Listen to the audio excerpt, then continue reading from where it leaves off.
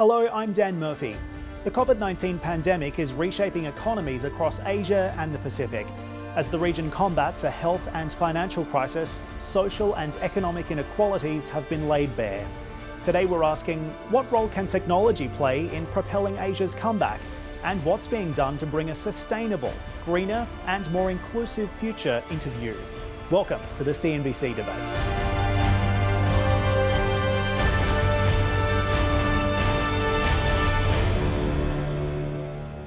This debate should have taken place at the annual meeting of the Asian Development Bank this year in South Korea. Instead, we met virtually. Joining me to discuss how business and society are changing in this pandemic and how Asia can emerge stronger from it is the president of the Asian Development Bank, Mr. Masatsugu Asakawa. Also joining us is Elina, Finnish Undersecretary of State for Foreign Affairs. Mark Mobius, legendary investor and founder of Mobius Capital Partners. Alex Rusli, a technology executive and CEO of Digiasia Bios, and Marife Zamora, board director of PLDT and the former chair of Convergys Philippines. Mr. President, I'd like to begin with you. We're now many months into this COVID-19 pandemic and the challenges have been laid bare. How is ADB responding to the changing needs of the region? Yeah, thank you, Dan. Well, actually, needless to say, the social, economic, and health impact coming from this COVID-19 crisis has been enormous. And still now, almost all countries, including DMCs, developing member countries of ADB, has been struggling very badly to fight against the COVID-19 pandemic. From the outset of this crisis, ADB has tried to leverage its very good relationships with DMCs, developed member countries, which has been nurtured based on our 50 years of operation in the field. And also, we also try to leverage our staffing and financial resources to respond to their need. And actually, almost every week, I had a series of telephone conversation, video conference with finance ministers of our DMCs, trying to understand what is really needed from ADB to support their endeavor policy efforts. And based on that, we have provided, broadly speaking, three sets of assistance so far.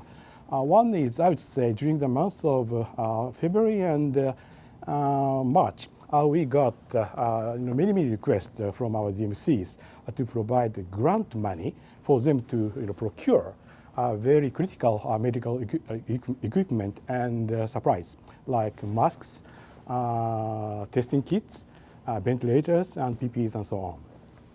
Then, from March, we have started to receive another set, a different kind of request from our DMCs to provide loans, not grant money, but loans, to finance their fiscal expenditure. As you know, Dan and others, almost all countries have decided to introduce a so-called counter-cyclical economic stimulus package to fight against COVID-19 while their tax revenue declining.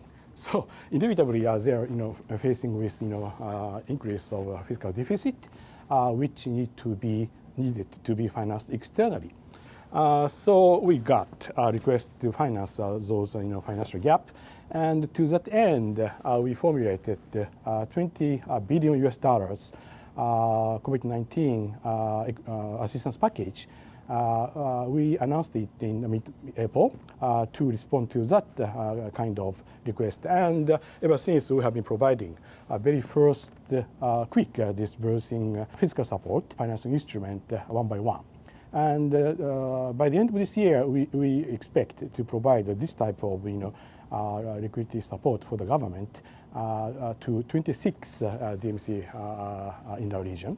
And thirdly and finally, we also provide kind of financial assistance to private sector as well, especially to rejuvenate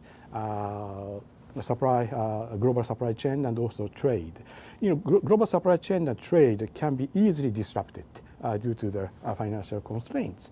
So in order to avoid that, we are providing ample liquidity to private sector financial institutions so that trade and global supply chain are not disrupted so easily. And sometimes we do provide working capital to specific private sector companies, especially if they're liquidity stuffed. So, by providing those three types of assistance, we are trying to, help our DMCs to fight against this crisis. So how would you describe the impact of those measures so far? Are they working? Oh yes, of course, fiscal, kind of gap is so huge. So ADB alone cannot, solve the whole problem. But together with World Bank, together with sometimes with AIIB and so on, all IFIs, international financial institutions, are trying to help by filling the gap. And so far, it has been working quite smoothly. Madam Undersecretary, this pandemic has highlighted deep inequalities as well. How can Asian nations ensure that this recovery is inclusive for all? Well, I think this is the opportunity to build back better, and inclusive societies can be built better also. And I think that we should see this as an opportunity. The tragedy, the crisis that COVID has caused is definitely speeding up digital transformation. And there's lots of opportunities available there. Many means we know well: better connectivity, mobile network and internet for all, with 5G, good coverage and accessibility, definitely. And better services can be provided also through digital means. In education, which is very important, it's a cherry on top of the cake to have an inclusive, innovative, competitive society. And basic learning is we know that mean very well, it is important. But digitalization offers us new opportunities, even when schools and universities can be closed or the access is limited. But I think for inclusive recovery, public policy should also take into account inclusivity. They should not be dictated by vested interests, so as to say. Technology and innovation can lift many, many boats, but this requires a level playing field also for companies that are small, that create innovative jobs for young people, and strengthening value chains, strengthening ecosystems for small companies. That is about employment and youth empowerment as well. There's this question of policy and normative environment as well. I think that is also important. Most technologies hold great promise for improving lives, but there's also risks for inequality and even for suppression. And I think we need to be very vigilant there and weigh their impact through a very human-centric lens. With smart regulation, we can definitely maximize the benefits and we can minimize the risks that there are. And finally, I think the triple bottom line, profits, people and planet, this is important for companies, and there's definitely a growing need and demand among consumers, employees, also investors for companies that create positive social, economic and environmental impact.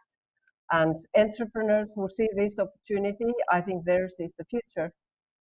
Mark, Mobius, coming to the conversation here because clearly progress on these goals depends on Asia's economic recovery. Looking at the region, equity markets have fallen, domestic currencies are hurting, risk premiums have increased for most markets, economic conditions have deteriorated, and investor sentiment still looks weak. So how are you assessing Asia's economic recovery so far?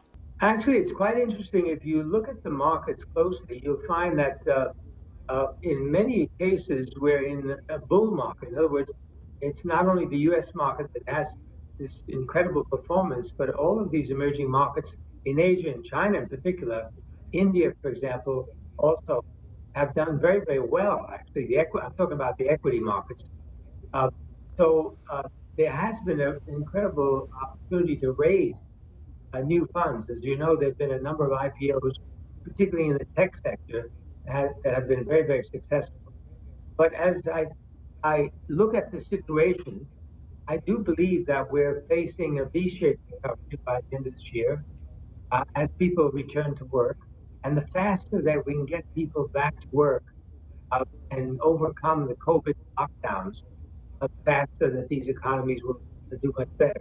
So we're in a situation where you had the stock market's doing quite well. The economy is doing very poorly, actually negative growth in most of these economies. So what is that telling us? That telling us that the markets are looking to a big recovery next year. And of course, the measures that the ADB has been taking have been contributing to a more brighter outlook going into Asia for 2021.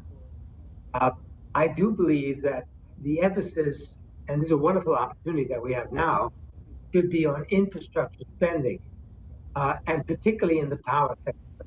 Because as you know, one of the contributors to respiratory illnesses, and of course contributing to the mortality rate of COVID-19 is pollution. And the pollution caused by coal-fired and oil-fired power plants.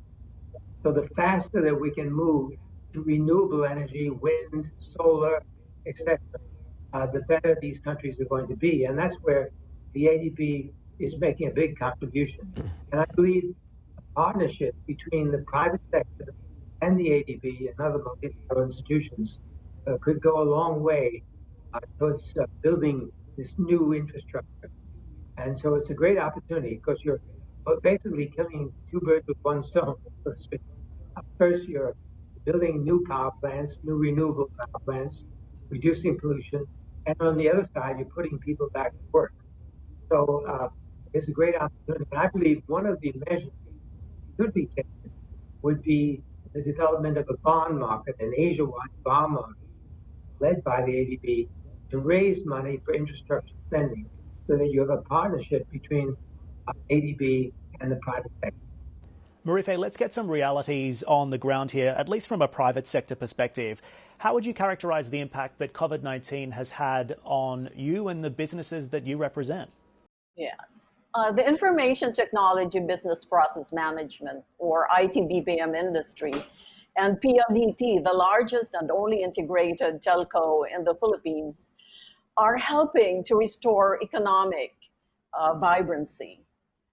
Enjoying 30% global market share, the IT/BPM generated $26.3 billion of revenue, employing 1.3 million Filipinos directly and 4 million indirectly.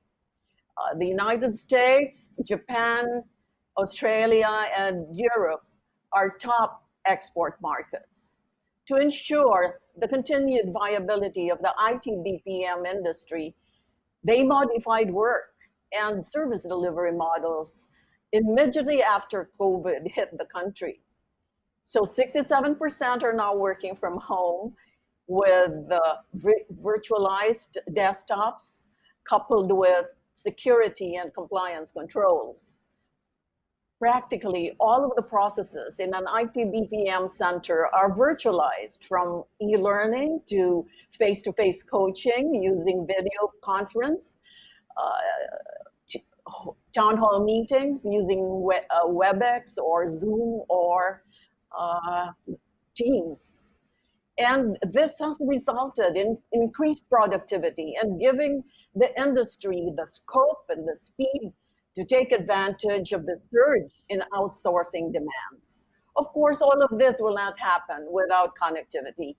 PLDT, immediately after quarantine was issued, leveled up their internet services. They offered free speed boost to all fiber subscribers and free data allocation to mobile internet users.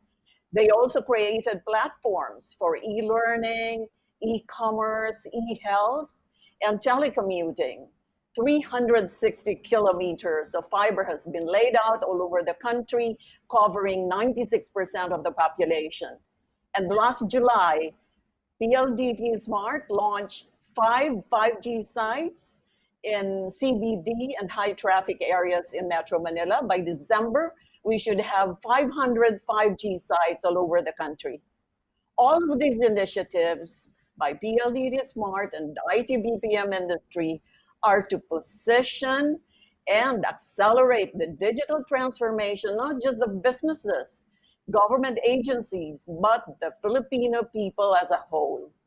And indeed, the pandemic has demonstrated that by building the infrastructure for digital readiness and embracing innovations in technology, we can restore economic vigor and be competitive again in the post-COVID world.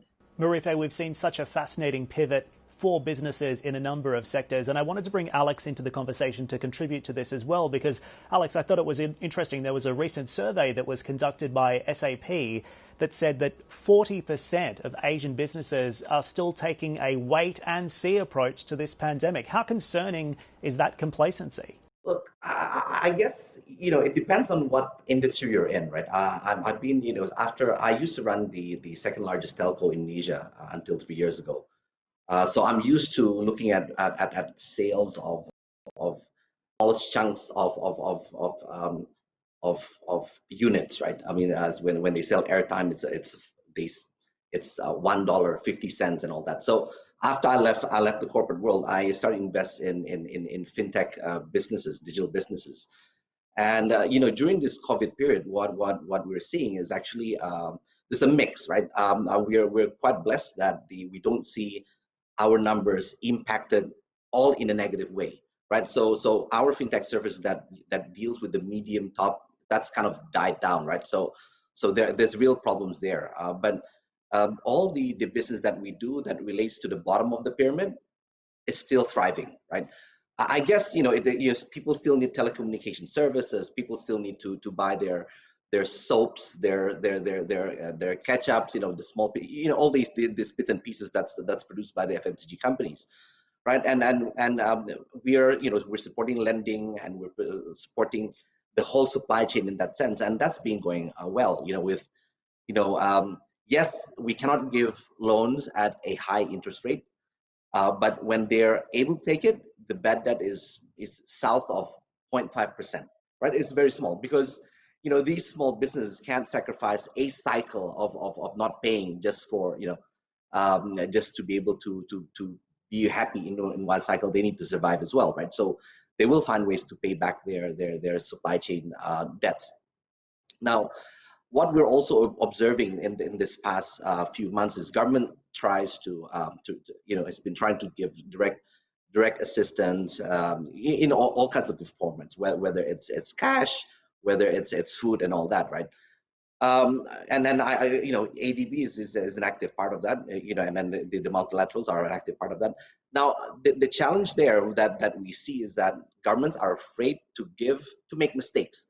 Do you give to this family twice? Do you give to this family 3 times by accident, right? So what ends up happening is, to avoid these mistakes, they end up slowing things down, and end up not starting some of these programs that and which is badly needed at this at that level of the society. Now this is where I do think that the private sector,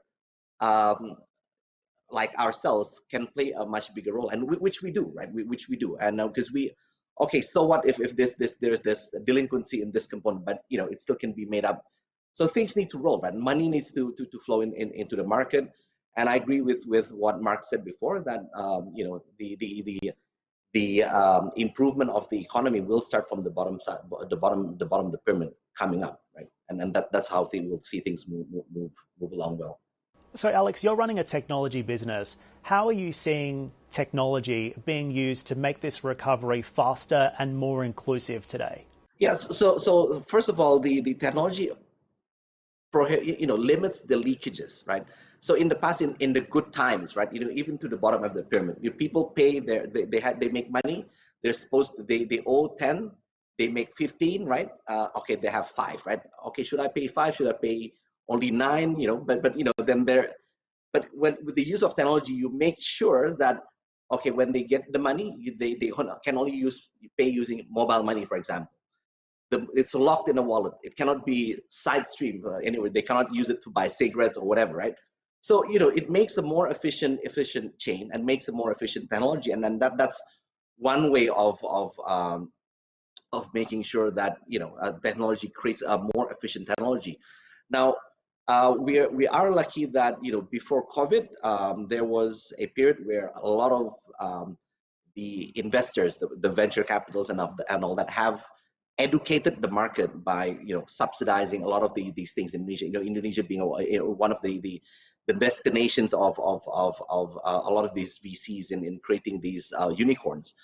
They've educated the market in such a way that everyone has tried something. Everyone has a smartphone, right? So yeah, maybe not all the best smartphone, but enough to run an application. So for them to go to the next stage of using some application that it is really useful, that gap is much less.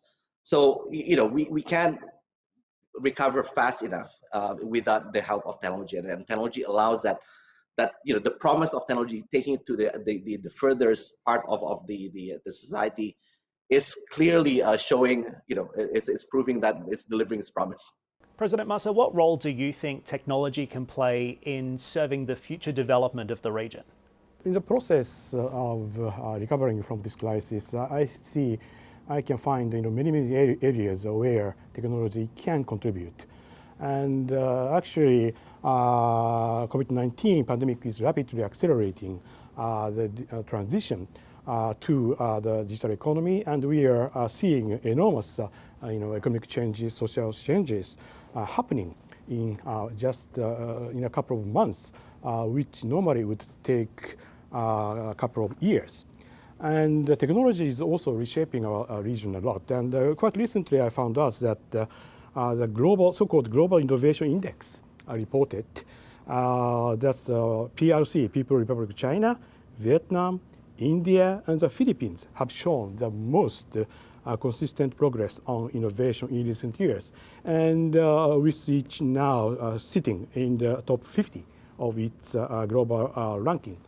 And in terms of their response, I already mentioned that most of the government region introduced a counter-cyclical economic stimulus package, and by now it's amounts is totaling around 3.6 trillion US dollars, and which consists of basically 3 pillars. One is this package includes measures to enhance health sector in that country, and second, it also includes a couple of measures to enhance social protection program to assist the poor and vulnerables who are hit very damaged very badly by this crisis.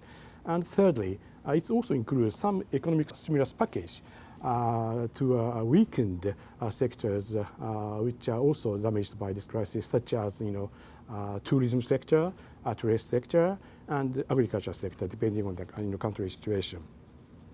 And forever, these measures support new initiatives and programs. I see huge potentials to try to think how to identify and integrate the new technologies into our operations. A couple of examples includes, for example, intelligent transportation system is one thing. Let me elaborate a bit about this.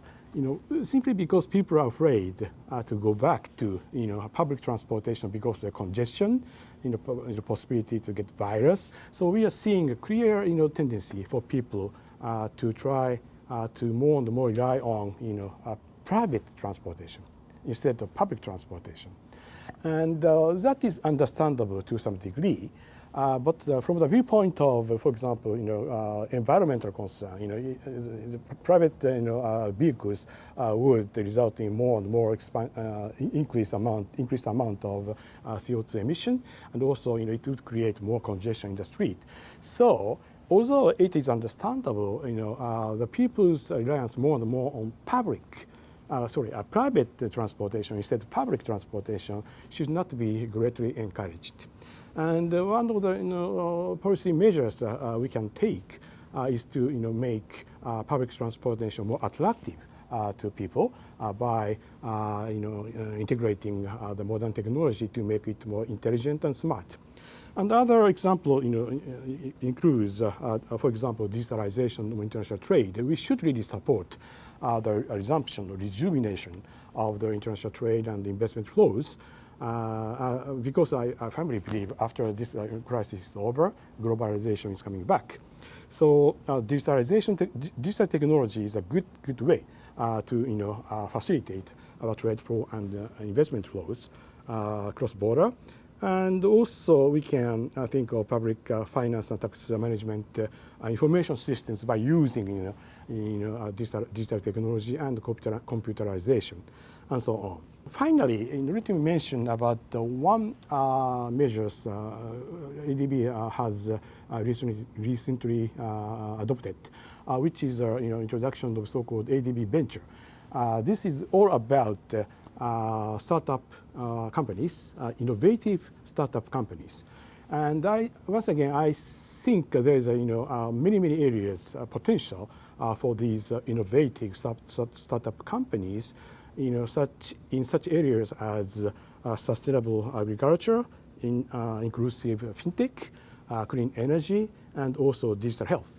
But the problem they are sometimes, not sometimes, but often, facing is that, simply because of the lack of credit, history, transaction history, they may not be able to enjoy the smooth access to financing, loan financing, equity financing, especially for the first couple of years, gestation period. So in order to address this funding gap issue, ADB Venture was created quite recently. Actually, it's approved by our board members in January this year to provide up to $4 million for each startup companies to solve this problem. And also we expect by ADB Venture providing this kind of seed money that would attract co-financing from other sources of private investors. So those are a couple of things we are trying to integrate modernized technology into our daily operation.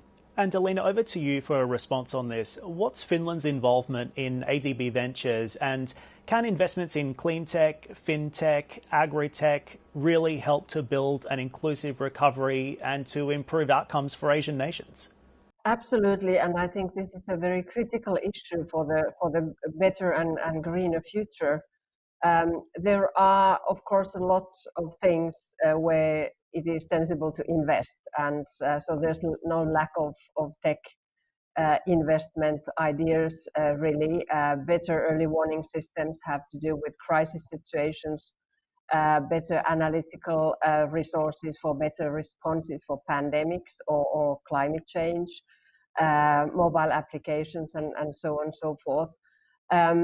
And to improve especially the resilience and diversify the economies of developing countries to enable them to become sort of green and just and digital economies.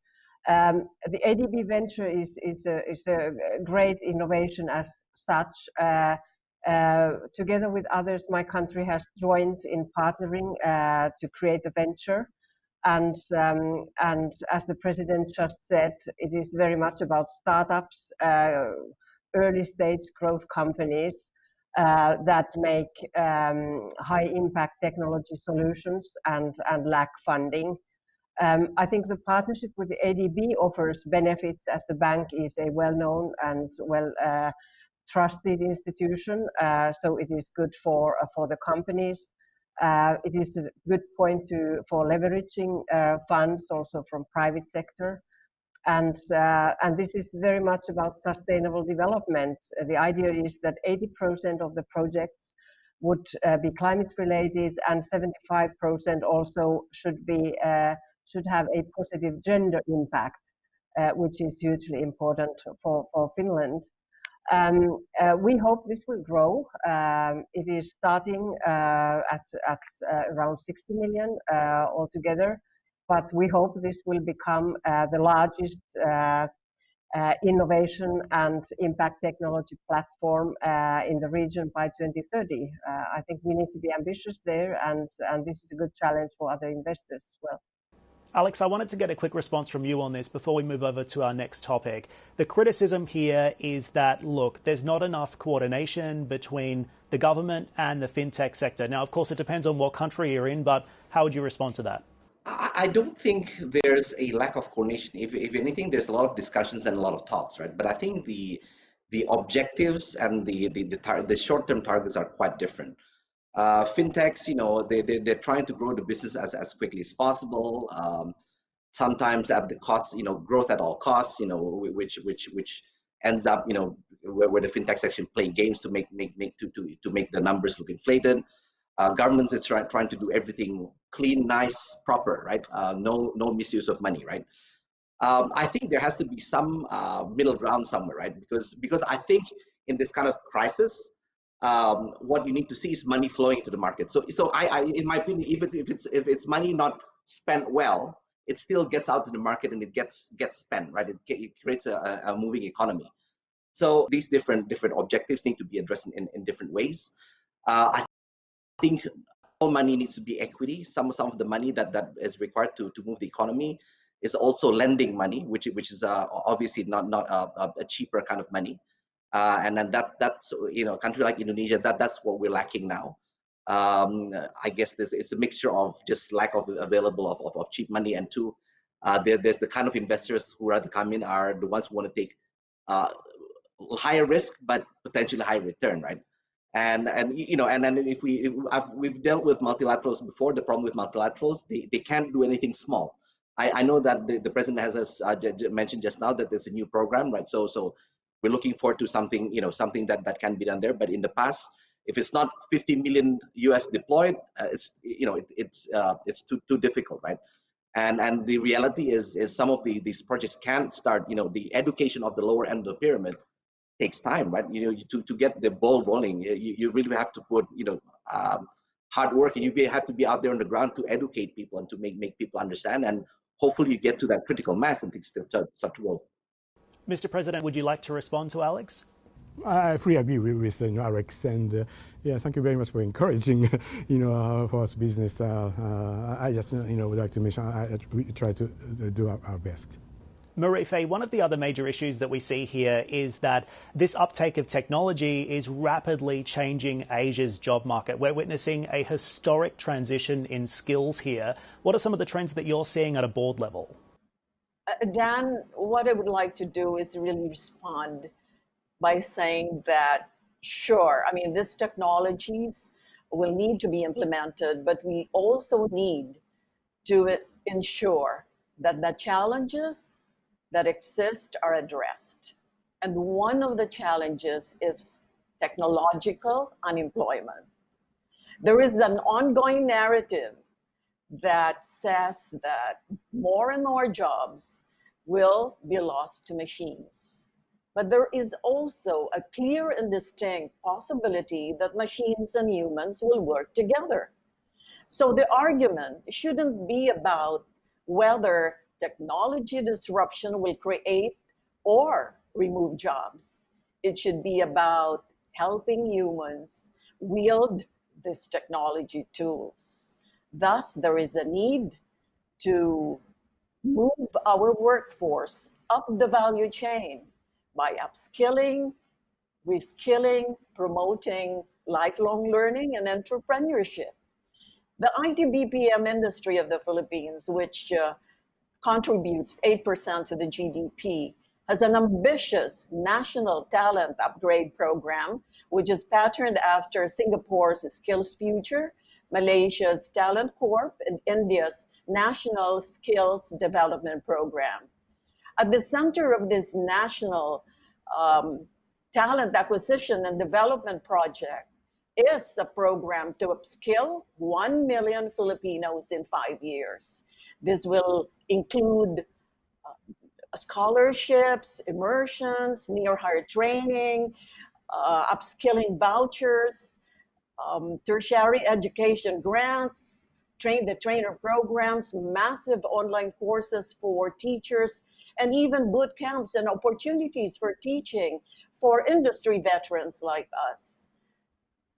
In the interim, the country's Department of Information Communications Technology is offering a fund for the pilot project covering 5,000 Filipino talents.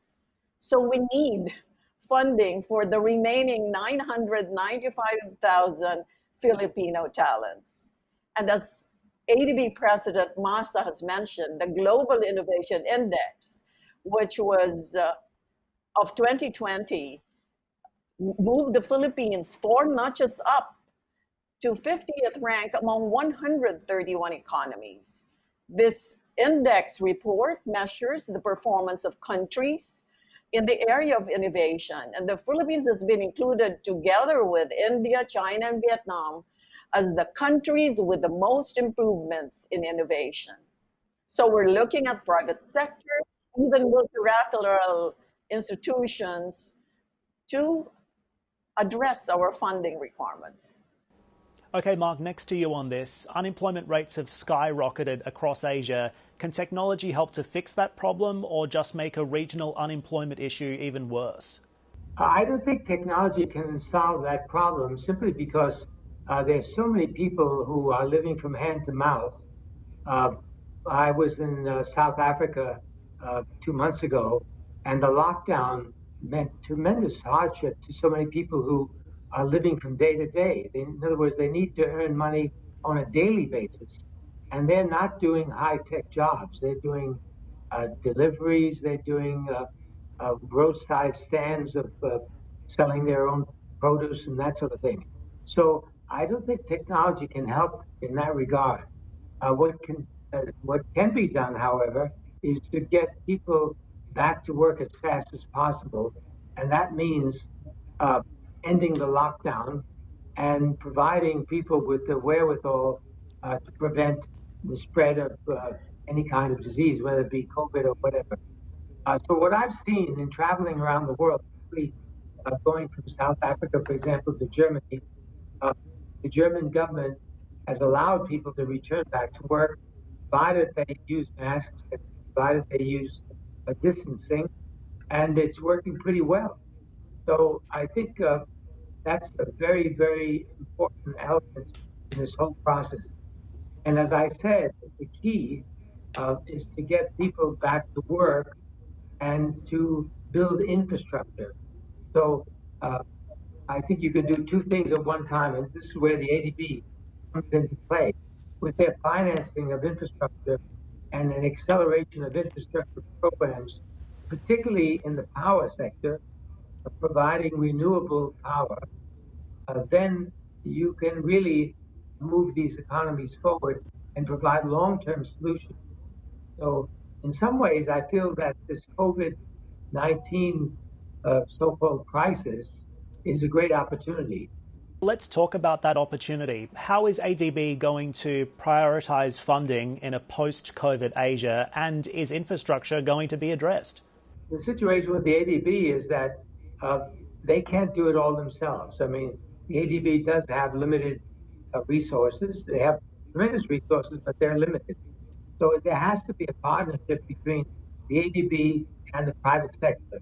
And this is the reason why I mentioned the need for partnership in the bond market, in particular, raising bonds for infrastructure spending in Asian countries.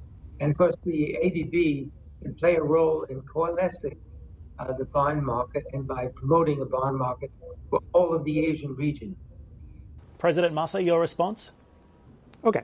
Well, I agree with Max that the ADB alone cannot solve the whole problem. So that's why we need to coordinate closely with other IFIs like World Bank and other peers, and also how to encourage co-financing from private sector is very much important, and we're very much aware of the necessity to be enhance our catalytic role to attract more and more financing coming from private sector, especially in the field of infrastructure financing.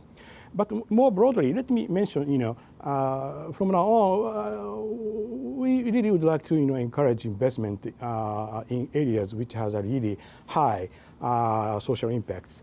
A couple of areas I'd like to highlight. One is poverty alleviation, and quite regrettably, I am quite certain that as a result, as a consequence of this crisis, we are going to see income equality situation much worsened, and poverty issues much seriously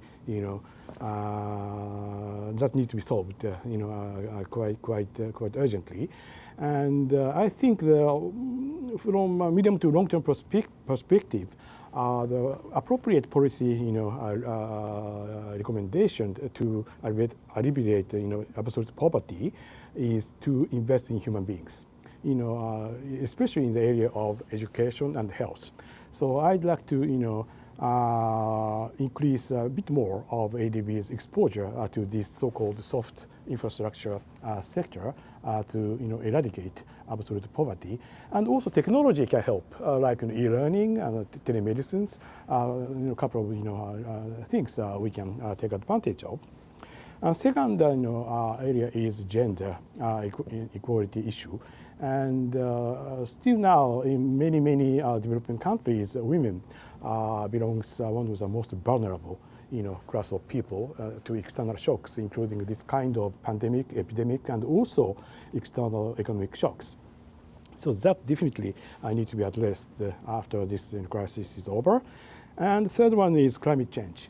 As Mark said, right now, ironically speaking, thanks to the closure of borders, thanks to the lockdown of major cities, the amount of CO2 emission has been dramatically reduced. For the first 6 months of this year, I found out that the CO2 emission has been reduced by 8.5% compared with last year. But this has been achieved as a great sacrifice of our economic activities. So this cannot be sustainable. So from now on, as the economy recovers, inevitably we are going to see, resumption or increase of CO2 and greenhouse gas emission gradually. That need to be smartly controlled. So here, once again, technology really can help us. We need to invest more and more in green industry, and the technology, most modernized technology in renewable energy sector is crucial to be encouraged. And finally, infrastructure. Yes, we are still suffering from huge shortage of infrastructure financing in the region, and that need to be addressed quite urgently. But we need to consider, infrastructure should be of high quality. We should really pursue high quality infrastructure in a sense that, any infrastructure should be reasonably priced in terms of life cycle cost, including maintenance cost and operational cost. And also, any infrastructure should be environmentally friendly. Any infrastructure should be disaster-proof, and the necessary know-how and expertise should be transferred to the various countries. And finally, the debt sustainability of that country should take into account. That's a kind of definition of high-quality infrastructure, which has been discussed and agreed by G20 last year under Japanese presidency. So I very much would like to, import the beauty of this, notion of high-quality infrastructure into our ADB's operations to make our operations have higher and higher social impacts. President Masa, one issue that Mark Mobius mentioned is the Asian bond market. Do you think that ADB can play a role in increasing the depth and maturity of the Asian bond market to perhaps help to narrow that infrastructure gap? Let me put it in a more broader context. The ultimate goal of any development policy is to let that country independent of external financing. So in order to achieve that, I think so-called domestic resource mobilization is very, very important. Domestic resource mobilization, DRM, consists of two pillars. One is to modernize its tax policy and make their tax administration more efficient. Maybe, once again, technology can help in this regard. And another pillar is develop domestic capital market, especially in their domestic currencies. And the ADB has been pursuing these initiatives in the context of ASEAN Plus 3 initiatives called ABMI, ASEAN Bond Market Initiative, to develop capital market in each DMCs in order to encourage domestic savings directly going to domestic investors without going through American financial institutions, European financial institutions, and so on. So we very much mindful of the need to pursue regional cooperation in that regard. Mark Mobius, I'll also give you the opportunity to respond to that. And while we're talking about the bond market, I might as well ask you about the equity market as well. Look, stocks out there are being supercharged by stimulus. On another issue, what are some of the emerging market trends, some of the opportunities that investors should be looking out for as we navigate into this new normal? By the way, what the president just talked about is the domestic capital raising for infrastructure, I think, is very, very important. I think it's a very good point because many of these countries do have the financial resources to fund their own infrastructure, but it's not properly utilized. So I think that's a very good point that he's made. Now, as regards to the markets, the overriding situation on a global basis and also Asian basis is the low interest rate environment. Because if you look at the US dollar interest rates, if you look at euro interest rates, and interest rates in many other countries around the world, we're now at 1 or 0. What does that mean? It means that the traditional valuation techniques that we've used in the past are out the window. So, for example, if you have a 5% interest rate, the reciprocal of 5 is 20. You can pursue a 20 times PE ratio as considered to be reasonable. But if you have a 1% interest rate, then you can go to 100 times price earnings ratio. So this is driving a lot of the investment in the tech sector, particularly among companies that really are not earning any money. And people are looking to the future. They're looking at 3, 4, 5 years ahead. This presents an incredible opportunity to raise finance for long-term projects. So in some ways, it's been very positive for stock markets around the world. And you see that in Asia, you see that in Latin America, all over the world. In our own portfolios, for example, the largest weightings are in India, China, and in Brazil, which happen to be the large emerging market countries. But we also been investing in South Africa and Turkey, in places where you see tremendous currency devaluations, but also very, very low interest rates relative to what they were historically. So we're seeing a booming stock market for these reasons, and it does provide an opportunity for capital raising of infrastructure and technology. And of course, as we've heard, technology has been an incredible impetus for productivity. Mr. President, we can come back to you and let's talk about this issue of climate sustainability and continue the conversation on inclusion. You recently advocated for the introduction of a carbon tax to drive economies toward an environmentally sustainable path. I know it's one of several issues on the agenda at ADB, but why is this a priority now and what impact do you expect it to have? Yeah, as I mentioned, climate change is always one of our top priority in our daily operation, and actually tax policy can play a lot to address this issue as well, coupled with other, of course, policy measures. And carbon tax is quite targeted tax policy measures to address this issue.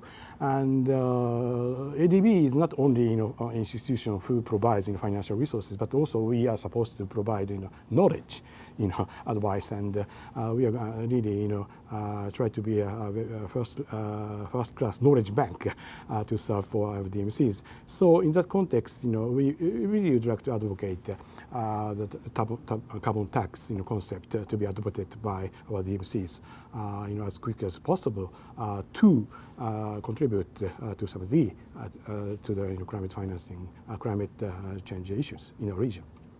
And Elina, this is also something that you focus on. Greening Asia's economies is critical for the future of the region. But when you look at this issue, many nations, including China, are still dependent on coal and industries of the past. So what is the way forward here, and can Asia perhaps learn from the European experience? Well, I think the first thing I wanted to say here is about the stimulus packages and investments for recovery. I think we all, Asia, Europe, all continents alike, must make sure that the recovery does not have negative climate impacts. And if this were the case, I think this would take us to the wrong path for a very, very long time. My country has declared it would be carbon neutral by 2035. This is a very ambitious target in a country which is located in the north, sparsely populated, very high energy demand for heating, for transportation, for industries. I think taxes is certainly something we have already used. There can be, for instance, lower taxes for clean cars, for cars that have lower emissions. Taxes can be used as incentives to encourage behavior and consumption that is low carbon. And the other way around, higher taxes can be used to discourage certain behavior. Of course, the latter is a complicated matter right now when we actually have an economic crisis situation, and the timing will be really critical here. There's another thing I think we should discuss much more, the circular economy. This is not only about recycling, even if recycling is hugely important, metals, paper, plastic. This is about a sustainable, resource efficient and low emission economy as a whole. The idea is that the foundation for earnings in the circular economy would be more in services, recycling of products, and digital solutions. We have worked with the African Development Bank in a program which will enhance this kind of thinking, and I think this would offer lots of opportunities for Asia, which already has very impressive know-how in these issues right now. So this is certainly an area we should discuss more, I think. Elina, are you concerned, though, that perhaps issues among the environment take a back seat as Asia tries to navigate its way out of this economic and social crisis? I mean, how are governments going to be able to prioritise the economy when we see fiscal budgets so aggressively stretched already, monetary stimulus really being pushed to the wall here, and society as a whole expecting so much more from governments when it comes to their livelihoods rather than the economy? Is that going to be an issue, do you think? Well, I think it's a complicated balancing act, but I think it is very important to seize the opportunity to build back better and greener now. And there's also lots of opportunities. I would like to look at this as an opportunity and focus and pay more attention to the ways we can build back better and greener. Elina, the pandemic has also had a disproportionate impact on women. How can Asian nations ensure that this is an inclusive recovery that targets women in all aspects? Well, this is a very, very important question, and the President already mentioned how hard women have been hit in many ways. I think, first of all, it is important to work with the issues we have worked already before the pandemic. There are many issues that were done and need to be done on education, economic empowerment of women, preventing violence against women. All this is more important now. There's been more violence against women than before the crisis. Sexual and reproductive health and rights to enable girls to stay at school and contribute to their societies when they grow up. I think societies with gender equality fare better, and they are more resilient also for crisis situations.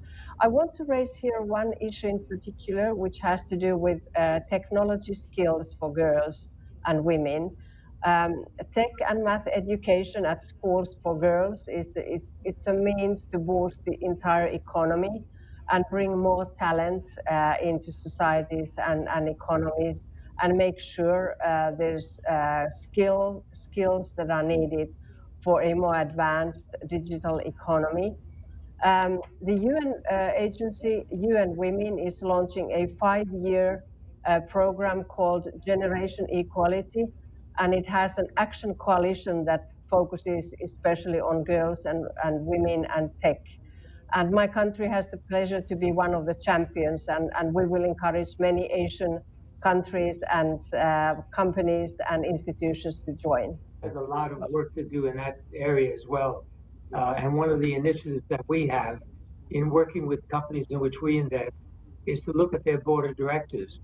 And we like to see equal number of women on the board of directors of companies. So we're encouraging that kind of development in the private sector, which I think is very critical. Mark Mobius, would you call on other Asian investment houses and investors globally to make those same decisions? Definitely. We are encouraging it for all of the companies in which we invest. It takes time, of course, but we're finding that it's very, very effective to have women on the boards of companies. They bring an insight which men do not have, and it's very, very effective. In fact, the funds that we manage, we have women on the board. In fact, the chairman of one of our funds is a woman, and she's very effective. So we're finding this is a very, very important development, and will address a lot of the other issues that women are very sensitive to. I echo all the gender diversity policies and advocacies that are being presented by Mr. Mobius and Governor Kalkku. Here in the Philippines, we have an organization called Filipina CEO Circle, where the objective is to move women to accept the topmost position in an organization, because we're noticing that women stop at a certain level without really going for the top job, even if they're qualified. They come back with rational, like, I have a family to protect. And we tell them, there are 40 CEO Filipinas that are members of this organization that have balanced work life as well as family life, and very successfully. Well, yeah, as I already mentioned, the gender inequality issue is one of our top priorities, and we have a concrete numerical target, which says by 2030, 75% of our operation in number should address the gender inequality issue. And 70% is almost everything, right? So we should really, think seriously how to empower women in every aspects of our operation, and also we need to reduce the time poverty, and also we need to involve women in leadership and also decision-making process. So in order to achieve that, we have to consider, gender inequality issue whenever we, discuss, project one by one. So we are strongly mindful of that necessity. Alex, did you want to jump in here? What are you seeing on the ground? And financial inclusion and technology are intrinsically linked, right? So how can businesses like yours address this? Being very pragmatic on the ground, right? I do see the different strengths and weaknesses of different gender. Yes, I believe in gender equality, but in reality, in the field, they have different strengths and weaknesses, right? We are digitizing an ecosystem of 12 million women through women that's bonded through a social circle where we're giving lending and all that. Just women, they're very disciplined. Every member is known by the top layer. They cannot become a member if there's no one above that knowing that person would vouch for them.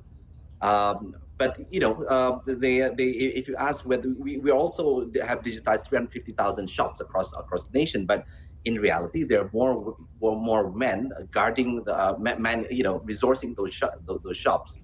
Rather than women, although it's all family owned and all that, but the women, tends to take care of the family at home, and then the men is actually the one working from the shop, right? So I do hope that we reach this equality, but in some cases like now, we try to be pragmatic and see what works, and I do see what trying to push for women to take certain roles. Yes, it's important and it brings certain benefits. I remember that.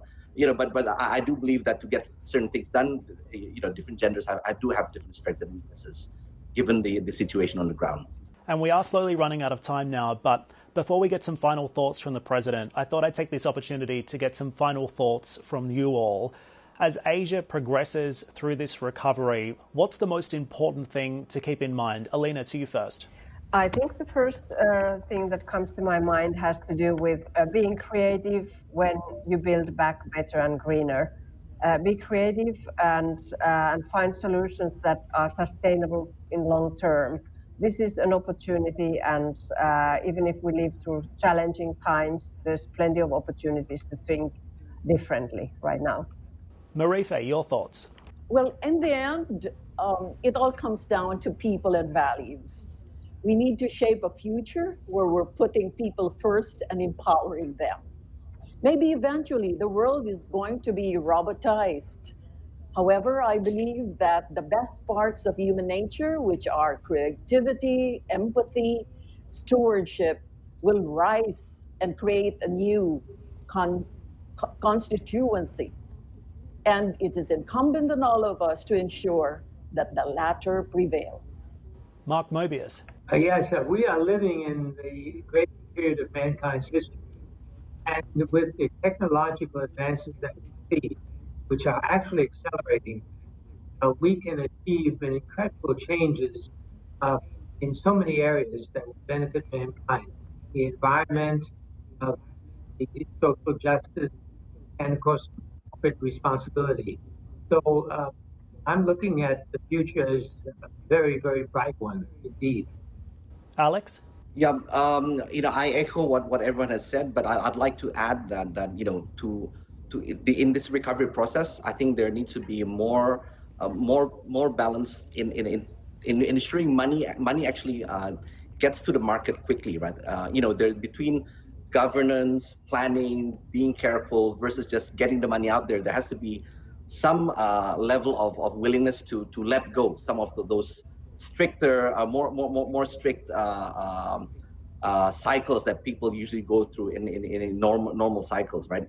I think we just need to get to try things. And one way to try things is to use the private sector, because private sector by nature is much more willing to take risks and don't have this accountability. Business go bust, right? But if government spends it wrongly, then it's corrupt or they get into all kinds of different troubles, right? So I mean, use the private sector, that we have that cycle and resilience to be able to try things and get things done, and hopefully we can see the economy moving faster. And Mr. President, your final thoughts. Asia has come through multiple crises before and emerged stronger from them. What do you think is the next critical step in building a prosperous, resilient, inclusive, sustainable Asia Pacific? I can think of many things, but due to the limitation of time, let me highlight only one thing.